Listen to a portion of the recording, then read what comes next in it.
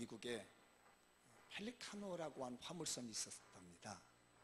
제가 이거 본 글이기 때문에 제가 사실적인 건 확인하지 않았고, 펠리카노라고 하는 화물선이 굉장히 미국 사회에도 인정받는 그런 화물 회사였나 봐요.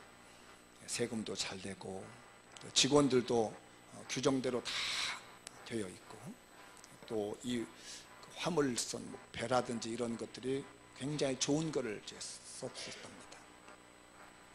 근데 이 화물선이 유럽이나 아프리카나 동남아시아 쪽으로 입국 허가서를 받으려고 하는데 안 받아주는 겁니다. 인도도 안 받아주고, 네덜란드도 안 받아주고, 버뮤다 제주도 안 받아주고, 스리랑카도 안 받아주고, 다 가는 곳마다 아무 문제가 없는데 이 화물선을 배를 안 받아주는 거예요. 혹시 여러분 왜 안 받아준지를 아세요? 저도 그 글 읽다가 왜 안 받아주지? 라고 하는데 그 밑에 답이 있더라고요. 이 화물선 속에 쓰레기가 15,000톤 있는 겁니다. 그러니까 이 쓰레기를 버리러 가는 거예요. 그때 당시 미국의 필라델피아 주에서 청소하는 사람들이 데모를 냈대요. 파업을 한 거예요. 그래서 필라델피아에 있는 이 쓰레기를 어디다 칠 수가 없는 겁니다. 그러니까 이 화물, 이 펠리카노 이 회사의 이 주인이 내가 갖다 버리겠다고, 버리면 돈을 왕창 벌 것 같은 생각을 가지고 그 15,000톤의 쓰레기를 그 배에다 실은 거예요. 그러니까 가는 곳곳 나라마다 누가 쓰레기를 15,000톤 받아주겠어요? 안 받아주잖아요. 거부당해서. 이익을 보려고 시작한 일이 손해를 엄청나게 봤다고 하는 글을 제가 봤습니다. 여러분은 뱃속에 뭐 들었나요? 펠리카노 뱃속에는 쓰레기가 15,000톤 들어있어서 아무리 외모적으로 직원들도 회사적으로 경영지에서 세금을 내도 다 좋았는데 그 뱃속에 쓰레기가 남겨져 있었으니까 안 받아준다는 얘기입니다. 지난 6개월 동안 여러분 어떻게 사셨나요? 오늘 맥주감사절 드리겠다고 왔습니다. 저도 이렇게 맥주감사절하고 좀 마음가짐도 몸가짐도 좀 멋져보려고 했어요. 여러분 보기엔 어쩔지 모르겠지만 제가 보기엔 제가 굉장히 준수하거든요. 감사해요. 어디 내놔도 누가 뭐라 하지는 않을 것 같은 외모, 출중하지는 않지만 그래도 거부하지 않은 그 인상, 대답 안 해줘도 괜찮아요? 그런데 내 안에 쓰레기가 있다면 누가 나를 받아주겠는가? 내 안에 예수가 없고 은혜가 없고 사랑이 없고 국률이 없다면, 이기심과 욕망과 시기와 질투와 미움과 죄악이 내 안에 가득 차 있다면 과연 오늘 맥주감사절에 하나님이 나를 받아줄 수 있을까? 여러분은 어떤가요? 이 예배를 드리고 있는 여러분들, 정말 세상에서 제일 예쁜 여성들이 우리 교회에 다 모이는 것 같아요. 인정을 하든 안 하든 나는 인정을 해. 본인들은 인정할지 모르지 안 할지 모르지 나는 다 인정해. 이 세상에서 제일 멋진 남성들은 우리 교회에 다 모여 있어. 아멘 알려준 사람들 두고 봐라. 정말로 여기서 예배드리는 여러분의 모습이 너무너무 멋지고 아름답습니다. 그런 만큼 우리 안에 아름다움이 있는가 라는 생각입니다. 내 마음에, 내 중심 속에 그런 아름다운 마음을 가지고 하나님께 왔는가? 제가 설교를 준비하다가 고민에 빠졌습니다. 그 글을 보면서, 본문 보면서, 하나님이 나를 받아줄 만한 마음을 가지고 있는가? 그러다가 저의 이제 그런 의문점을 가지고 있는 답변이 왔어요. 저 뒤에 보면 여러분 이제 읽을 수 있는 건데, 성령을 따라 행하라. 이번 7월 달에 태필린 말씀입니다. 성령을 따라 해라. 갈라디아서 5장 16절 한번 읽어볼까요? 시작. 내가 이르노니 너희는 성령을 따라 행하라. 그리하면 육체의 욕심을 이루지 아니하리라. 하나님께서 나를 이렇게 용납해주고 오늘 맥주감사절을 드리도록 내 마음을 받아준 위로의 말씀이었습니다. 너는 성령을 따라 행하라. 그러면 네 욕심을 따라가지 않을 것이다. 네가 욕망을 가지고 있는, 인간의 욕망을 가지고 있는 그런 것이 있다면 너는 쓰레기가 네 안에 충만한데, 성령을 따라 행하게 되면 너는 내가 용납해 줄 수 있어. 얼마나 감격인지. 사실 이 말씀 여러분 아시죠? 제가 지난 2013년 11월 달에 금식하면서 1년분의 말씀을 쭉 태필을 말씀 받았다고 그랬잖아요. 그 중에 7월 달 말씀이 저거예요. 근데 맥주 감사절을 준비하는데 너는 성령을 따라 행하라. 우리 성도들이 하나님이 받아주는 사람은 성령을 따라 행하는 사람인 줄 믿습니다. 그 다음에 말씀 하나가 더 보였어요. 야고보서 말씀인데 4장 8절 읽어볼까요? 시작. 하나님을 가까이 하라. 그리하면 너희를 가까이 하리라. 죄인들아 손을 깨끗이 하라. 두 마음을 품은 자들아 마음을 성결하게 하라. 그럼 받아주겠다는 겁니다. 하나님을 가까이 하기 위해서 두 마음을 품지 않습니다. 한 마음은 하나님, 한 마음은 세상, 이렇게 하지 않고 오직 하나님만 사랑하는 마음을 가지고 하나님을 가까이 하니까 하나님이 우리를 받아주시더란 얘기죠. 오늘 맥주 감사들을 드리는 여러분, 하나님을 가까이 하셔서 하나님이 여러분의 마음을 용납해 주는 그런 감사들이 되시기 바라며, 여러분의 사업을 하나님이 용납해 주시는 감사들이 되길 바라며, 여러분의 직장을 용납해 주시는 하나님의 감사절이 되시기 바랍니다. 우리 이런 마음 가지고 오늘 말씀을 나눠볼까요? 하나님을 가까이 하고 성령을 따라 행하는 마음으로 감사절 말씀을 나눠보겠습니다. 한번 따라서 해볼까요? 읽어볼게요. 넘겨주세요. 네, 시작. 6월절 어린 양이신 예수님의 십자가의 은혜로 삶을 시작합시다. 굉장히 길죠. 문장을 제가 줄인다 하는데 안 줄여도 돼서, 그래서 최종적으로 뭐냐면 예수님의 은혜로 삽시다. 따라서 예수님의 은혜로 삽시다.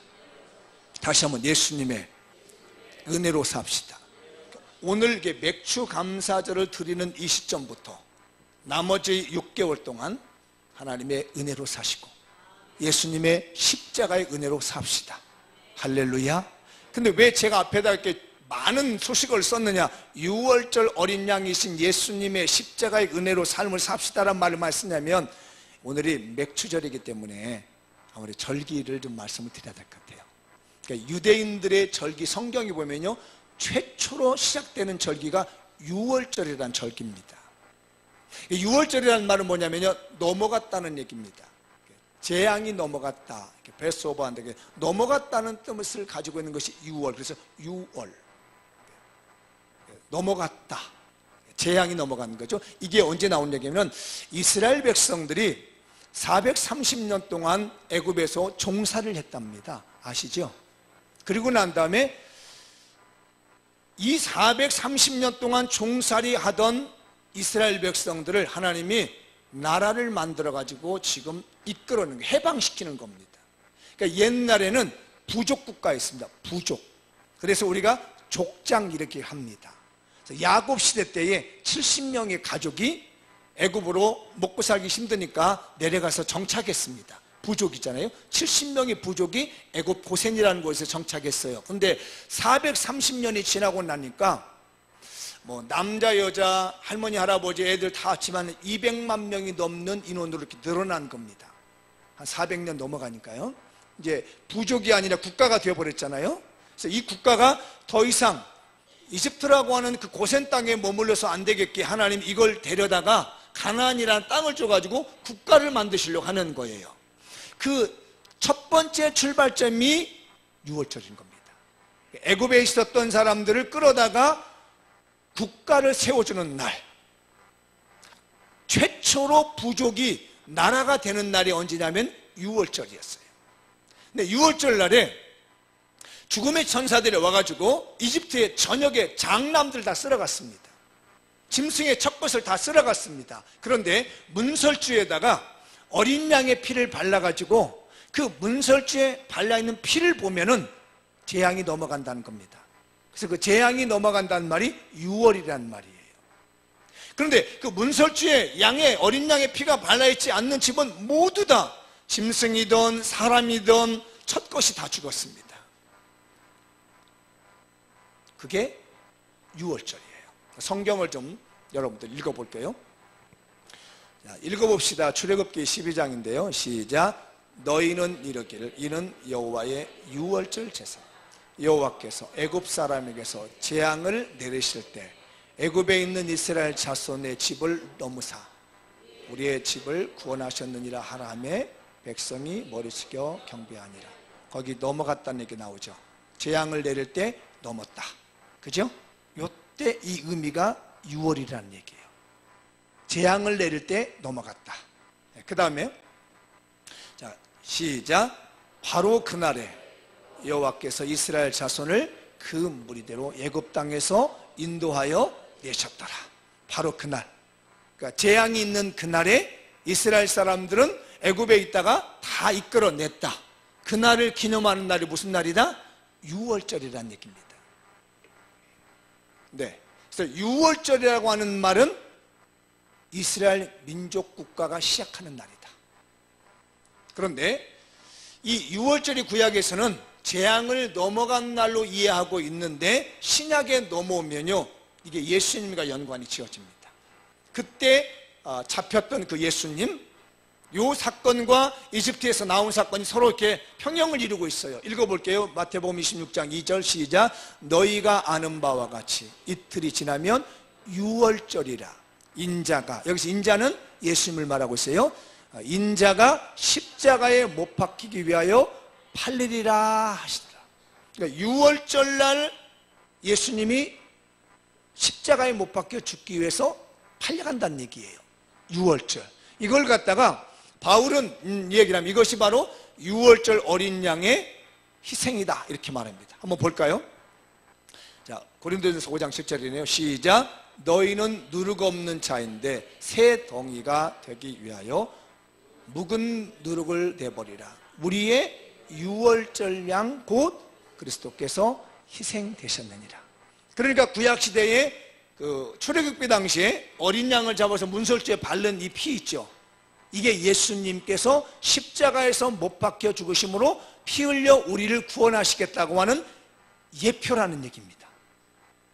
그래서 이집트 사람들에게서 이스라엘 백성이 재앙이 넘어가고 새로운 국가로 출발했다라는 말이 유월절의 기념이라는 거예요. 이게 신약에 와서 예수님으로 말미암아 예수님이 십자가에서 못 박혀 죽으심으로 말미암아 유월절의 어린 양, 유월절로 돌아가셔서 실제적으로요, 피 흘려 죽으시고 우리에게 사망을 면하게 하셨다는 얘기입니다. 그게 유월절입니다. 유월절은 은혜의 출발인 겁니다. 예수님의 십자가의 은혜로 출발하는 것이 영적 의미에서 유월절인 거예요. 그리고 오늘날 우리는 유월절을 지켜야 되느냐? 안 지켜야 됩니다. 왜냐하면 예수님께서 십자가에 못 박혀 죽으신 그 은혜만 깨달으면, 예수께서 십자가에서 나를 위해서 죽으셨고 그 은혜로 말미암아 내가 죄의 백성, 그러니까 이집트는 죄를 상징했어요. 세상을. 이집트에서 나와서 출애굽하는 것은 예수 그리스도를 믿어 신앙생활을 하는 것을 상징하고 있는 거예요. 그러니까 내가 오늘 예수 그리스도를 구주를 믿음으로 말미암아 하나님의 백성이 되었다 하면 뭘 한 거냐면요, 영적 출애굽을 했다는 얘기예요. 영적으로 우리는 유월절을 맞이했다고 얘기한 겁니다. 그래서 국가가 처음으로 출발하게 되는 것처럼 우리도 하나님 나라의 백성으로 첫 출발하게 되는 겁니다. 언제? 예수 그리스도의 그 죽으심을 믿고 내가 하나님의 백성이 되는 그날부터 나는 하나님의 새로운 백성이 된 겁니다. 그러니까 내 인생이 새로운 국민에 출발하게 되는 거예요. 이제 2014년도 1월달 시작했고 또 7월달 시작하는데 여러분 은혜로 출발합시다. 예수 그리스도의 십자가의 은혜로 출발하는 것이 오늘날 유월절의 은혜라는 거예요. 여러분의 삶에 재앙이 다 넘어가기 바랍니다. 지금까지 여러분의 삶을 괴롭혔던, 우리 성도들 괴롭혔던 모든 재앙들이 예수 그리스도의 십자가 안에서 싹 넘어가시기 바랍니다. 그리스도의 십자가로 말미암아 여러분이 잘 되시기 바랍니다. 사업이 열리시기 바랍니다. 가정이 열리시기 바랍니다. 직장이 열리시기 바랍니다. 자녀 문제 해결되길 바랍니다. 남편 문제 해결되길 바랍니다. 아내 문제 해결되길 바랍니다. 영혼 문제 해결되길 바랍니다. 믿음 문제 해결되길 바랍니다. 사명의 문제 해결되길 바랍니다. 할렐루야. 이게 바로 영적 유월절의 은혜라는 얘기예요. 예수 그리스도의 십자가의 은혜, 어린 양 대신, 유월절의 어린 양 대신 예수 그리스도의 십자가의 은혜로 말미암아 우리는 새로운 출발을 하게 된 것이에요. 이게 절기입니다. 그래서 로마서에 보면 1절과 8장 1절에서 2절을 보면 이런 말씀이 나와요. 읽어볼까요? 시작. 그러므로 이제 그리스도 예수 안에 있는 자에게는 결코 정죄함이 없나니. 2절. 이는 그리스도 예수 안에 있는 생명의 성령의 법이 죄와 사망의 법에서 너를 해방하였느니라. 이게 영적 유월절인 겁니다. 예수 그리스도를 구주로 믿는 순간 죄와 사망의 법, 영적 이집트인 죄와 사망의 법이 우리를 사로잡고 있었는데, 예수를 믿는 순간에 이건 모두 다 벗어버리게 되고 죄와 사망의 법에서 벗어나서 자유케 되는, 해방케 되는 은혜가 이 안에 있는 줄 믿습니다. 이게 유월절인 거예요. 오늘날 우리가 보고 있는 영적인 의미에서 유월절입니다. 여러분 잘 되십시오. 2014년 7월 첫 주를 지나면서 여러분 은혜로 출발합시다. 옆 사람에게 권만합시다. 6개월 힘드셨나요? 우리 은혜로 다시 시작합시다. 시작. 뒤에 분에게 되게 하시죠. 그동안 6개월 동안 힘드셨나요? 이제 은혜로 시작합시다. 보아하니 우리 교인들 중에 마음이 힘들었고 살기가 힘들었던 얼굴도 이렇게 쫙 보여. 내 마음이 참 아팠습니다. 오늘 가슴이 아팠어요. 애리다 갈까요? 쳐다보니까 너무 가슴이 애렸어요. 간절하고. 그런 마음에 오늘 말씀처럼 여러분의 삶이 다 새롭게 시작되십시오. 예수님의 십자가의 은혜로 말미암아서 유월절의 어린 양 대신 예수님의 십자가의 은혜로 우리 다시 출발하는 겁니다. 하나님이 여러분들을 해방시킬 것이고 하나님이 여러분의 삶을 지켜줄 줄 믿습니다. 그래서 구약에서 맨 먼저 나오는 절기가 유월절이에요. 그 다음에 나오는 절기가 오늘 말씀이 되는 맥추절이라는 겁니다. 한번 같이 읽어볼까요? 시작. 소득의 첫 열매로 감사의 맥추절을 드립시다. 이 맥추절은 언제냐면요, 유월절을 지나고 난 다음에 첫 밀수확을 하는 그 시기입니다. 우리나라에 지금 우리가 쓰고 있는 달력으로 보면요, 5월, 6월쯤 보리를 걷어들이고, 여기 이제 보리보다는 밀이겠죠. 밀을 걷어들이면 그 첫 번째 걷어들인 것을 감사해서 하나님께 제물로 드리는 날이 맥추절이에요. 그게 좀 우리나라하고도 보면요, 우리나라도 보리를 이렇게 타작하고 나면 요때쯤 됩니다. 그래서 첫날 7월 첫째 주를 우리가 맥추절, 맥추감사를 드린 이유가 여기에 기인한 거예요. 그러니까 첫 곡식 걷어서 하나님께 드리자, 이겁니다. 그런데 이 맥추절은요, 어떻게 만들어지냐면 6월절이 지나고 난 다음에 7주를 지난 그 후가 맥추절이에요. 6월절 지난 다음에 7주. 성경을 몇 개 읽어볼게요. 자, 23장 16절 출애굽기 시작. 맥추절을 지키라. 이는 내가 수고하여 밭에 뿌린 것에 첫 열매를 거두비라. 그 다음에 수장절을 지키라. 이는 내가 수고하여 이룬 것을 연말에 밭에서부터 거두어 저장함이라. 그러니까 유대인들에게 성경에는 절기가 3개가 나와요. 큰 절기가 유월절, 맥추절, 수장절. 수장절을 초막절이라고 하고 장막절이라고 얘기를 해요. 그건 이제 마지막 절기입니다. 근데 이 맥추절은 중간에 있는 거예요. 그래서 맥추절을 지키는 겁니다. 그래서 아까 말씀대로 여기 7주가 지난 거란 말입니다. 볼까요? 민수기 28장 26절에 시작. 77절 처음 익은 열매를 드리는 날에 너희가 여호와께 새 소제를 드릴 때에도 성회로 모일 것이며 아무 일도 하지 말 것이며. 여기 77절이라는 말이 나오죠. 77절. 7이 숫자 7이에요. 77철. 그러니까 7이 뭔 2개가 있다는 얘기죠. 자, 신명기 말씀 볼까요? 16장 9절이네요. 시작. 7주를 셀지니 곡식의 낫을 대는 첫날부터 7주를 세워 내 하나님 여호와 앞에 77절을 지키되 내 하나님 여호와께서 내게 복을 주신 대로 내 힘을 헤아려 차원하는 예물을 드리고, 여기 보면 77절 얘기가 나오고 7주를 세라는 얘기입니다. 이게 무슨 얘기냐면 우리가 일주일이 며칠이죠? 7일이잖아요. 7일이 몇 번 있다고요? 7번 있다는 얘기입니다. 그게 77절이에요. 그러니까 앞에 7은 7일입니다. 7일. 뒤에는 7주예요. 그래서 7이 2번 해서 만들어진 거라는 겁니다. 그러면 곱하기를 한번 해볼까요? 77에 49죠. 그러니까 6월절이 지나고 난 다음에 77에 49일 지난 그 시점이 언제죠? 그때가 맥추절이라는 얘기입니다. 이해하셨나요?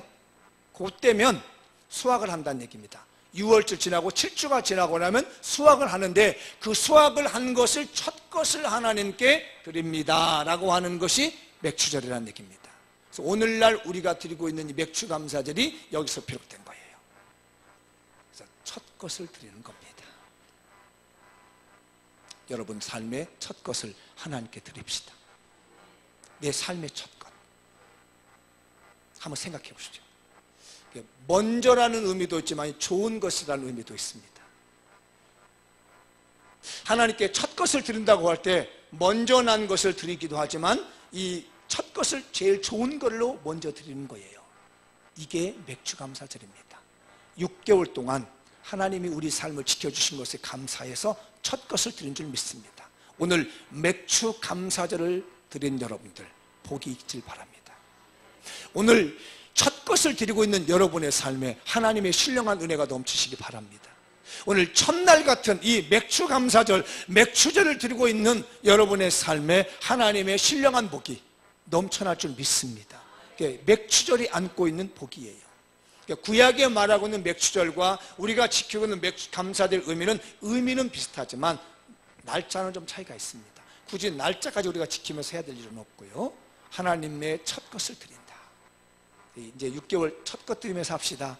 옆 사람에게 얘기해. 우리 첫 것을 드리면서 합시다. 뒤에 분에게도 우리 첫 것을 드리면서 합시다. 네. 아까는 뭘로 살자고 그랬어요? 은혜로 살자고 그랬잖아요. 그죠? 은혜로 살고. 지금 두 번째 핵심은 뭐라고요? 첫 것을 드려요. 하나님의 은혜로 사시고 항상 첫 것을 드시는 맥추절이 되십시다. 그 다음에 말씀 하나 더 볼게요. 성경. 자, 읽어보죠. 시작. 오순절에 임하신 성령님으로 전도의 첫 열매를 드립시다. 갑자기 오순절 얘기가 나오죠? 예. 구약 성경에는 이 오순절이라는 말이 안 나와요. 어디서 나오냐면요, 신약 성경에서 이 오순절이 나옵니다. 여러분 우리말에 순이란 말이 무슨 말인지 아시죠? 순. 순이 뭐죠? 10이라는 뜻입니다. 10. 순. 그렇죠? 모르신 분들 잘 기억해야 돼요. 우리말에 순이 10이다. 그러니까 이 오는 무슨 자 같아요? 오, 감탄사? 숫자 5입니다. 숫자 5. 그러니까 5하고 10이 있다는 얘기예요. 그럼 뭐예요?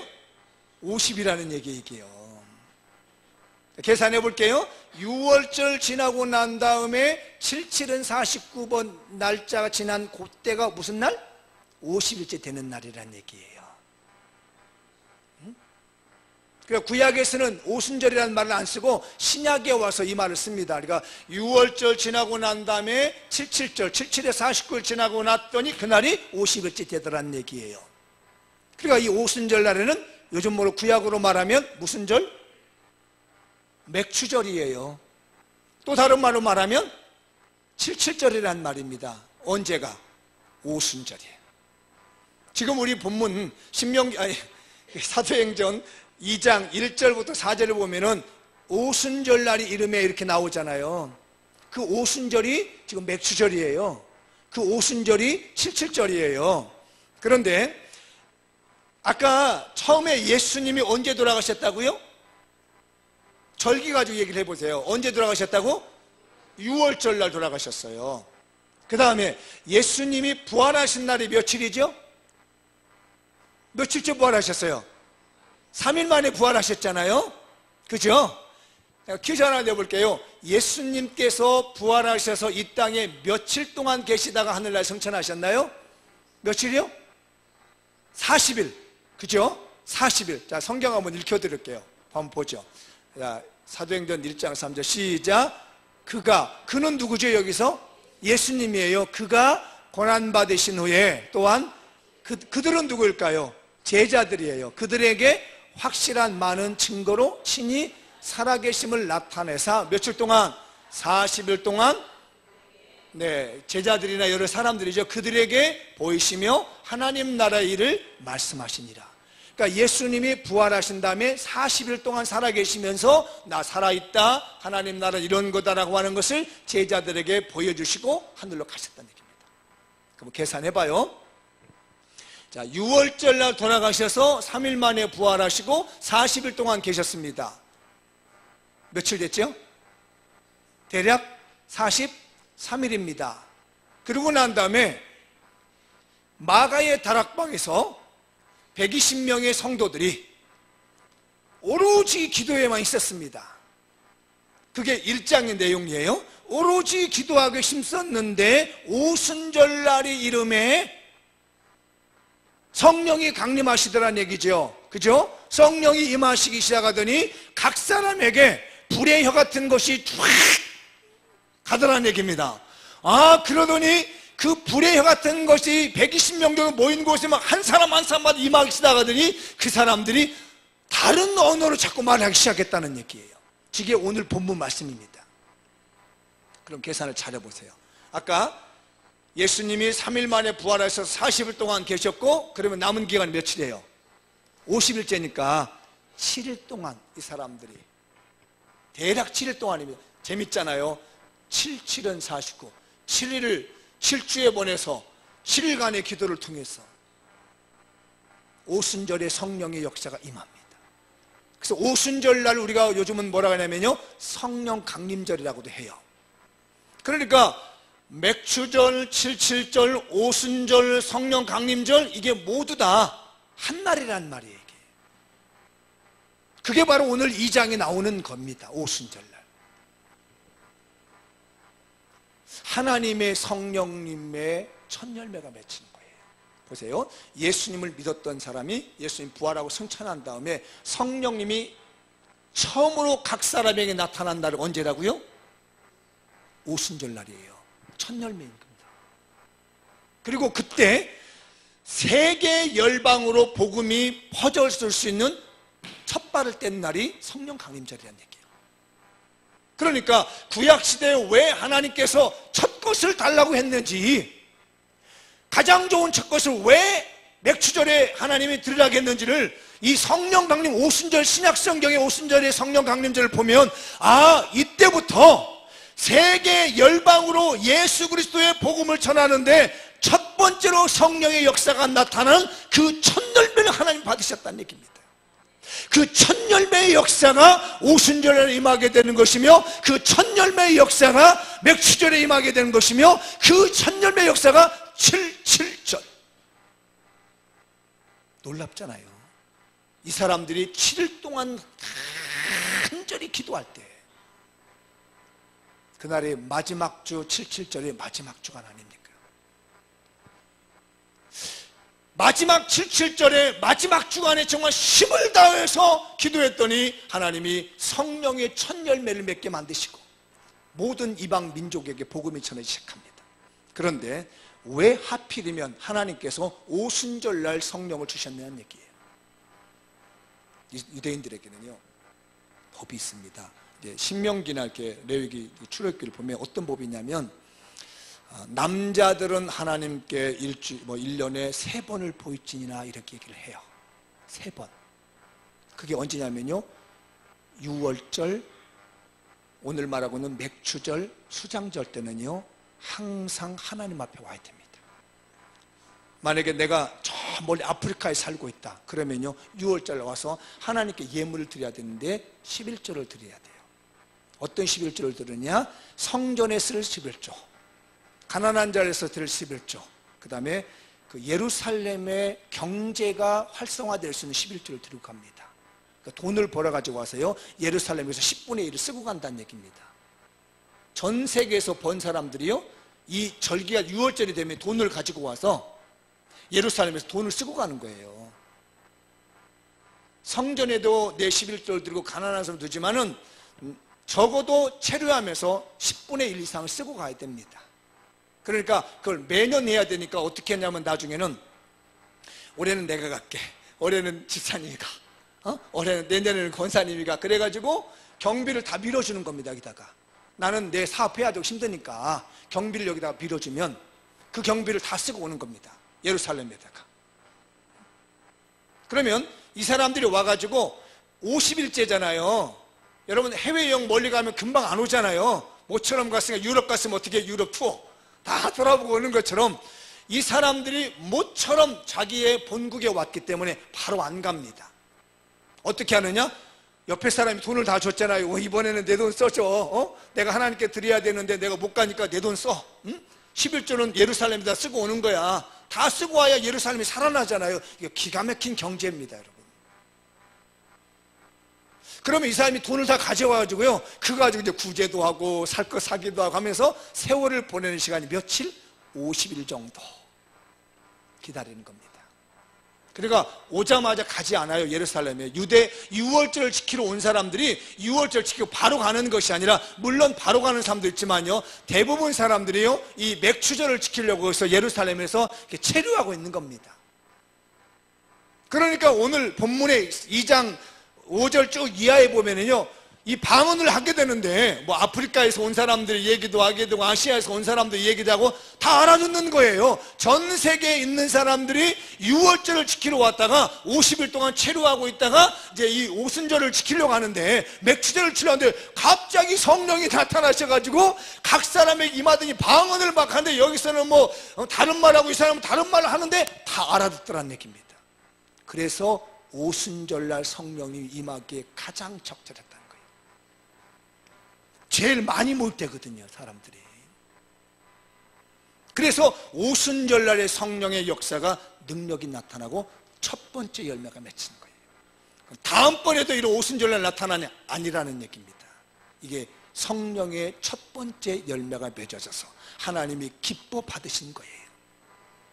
그래서 이걸 기점으로 해가지고 이 오순절날 성령이 임하는 이 성령의 강림으로 말미암아서 지금까지 전 세계로 선교가 되어졌으며 전 세계로 복음이 증거되는 첫 번째 열매가 된 겁니다. 그래서 오늘 우리 맥추절 드린 여러분, 오늘 감동을 받으셔서 전도의 감동을 받아야 됩니다. 선교의 감동을 받아야 됩니다. 그러니까 6월절 예수님이 돌아가시고 부활하신 첫 번째 오순절 날에 성령의 역사가 임하셔서 그때부터 전 세계로 복음화가 되어져가는 첫 번째 발을 뗐다는 얘기입니다. 그래서 6월절은요 국가의 시작이라고 얘기하고요, 오순절은요 종교의 시작이라고 합니다. 이때부터 우리 기독교가요 힘을 얻게 된 거예요. 이전에는 유대교의 한파인가 했었습니다마는 이 오순절날, 맥추절날, 이 77절날 임한 성령의 강한 능력으로 말미암아서 기독교가 공식적으로 능력을 행하게 되는, 전도를 행하게 되고 선교를 행하게 되는 기점이 바로 오순절이었습니다. 그걸 의미적으로 지키고 있는 것이 우리는 맥추절이라고 하죠. 맥추감사절. 그러나 요즘은 성령 강림절을 따로 분류해서 합니다. 그래서 맥추절이라는 의미를 살려서 맥추감사절을 우리가 드리고, 성령 강림절은 그걸 계산해가지고 따로 드리긴 합니다. 근데 우리 교회에서는 별로 이렇게 중요시하지 않지요. 여러분, 우리가 성령의 그 능력으로 임재하신 그 오순절의 역사, 그건 전도였다는 것. 우리도 이 능력 받아서 영혼 살리는 데 헌신합시다. 우리가 이 능력 받아서 세계 선교하는 데 힘을 씁시다. 성령의 임재하심으로 나타나는 이 하나님의 역사를 우리도 받아서 오늘 이로부터 여러분에게 이게 감동이 왔으면 좋겠어요. 그래서 내가 정말 오늘부터는 전도하리라, 오늘부터는 내가 선교하리라, 오순절날 성령이 임함으로 말미암아 이제 전도가 시작되게 되고 성령의 역사가 시작됨으로 말미암아 세계 선교에 대한 비전을 갖게 되는 것처럼 오늘 우리도 2014년 7월 첫째 주 맥주 감사절 기점으로 해서 내가 그동안 하지 못했던 전도를 하게 될 것이고, 내가 그동안 하지 못하던 세계 선교에 대한 비전을 가져서 성령과 함께 일하리라 라고 하는 결단을 하셨으면 좋겠어요. 여러분, 이제 은혜로 시작하십시오. 첫 것을 하나님께 드리고 시작하십시오. 성령으로 시작해서 구원의 백성을 살려낼 수 있는 맥주 감사들이 되시기를 주님의 이름으로 축원합니다. 다 같이 자리에 일어나셔서 오늘 말씀 붙들고 은혜로 시작하고 첫 것을 드리며 시작하며 전도하며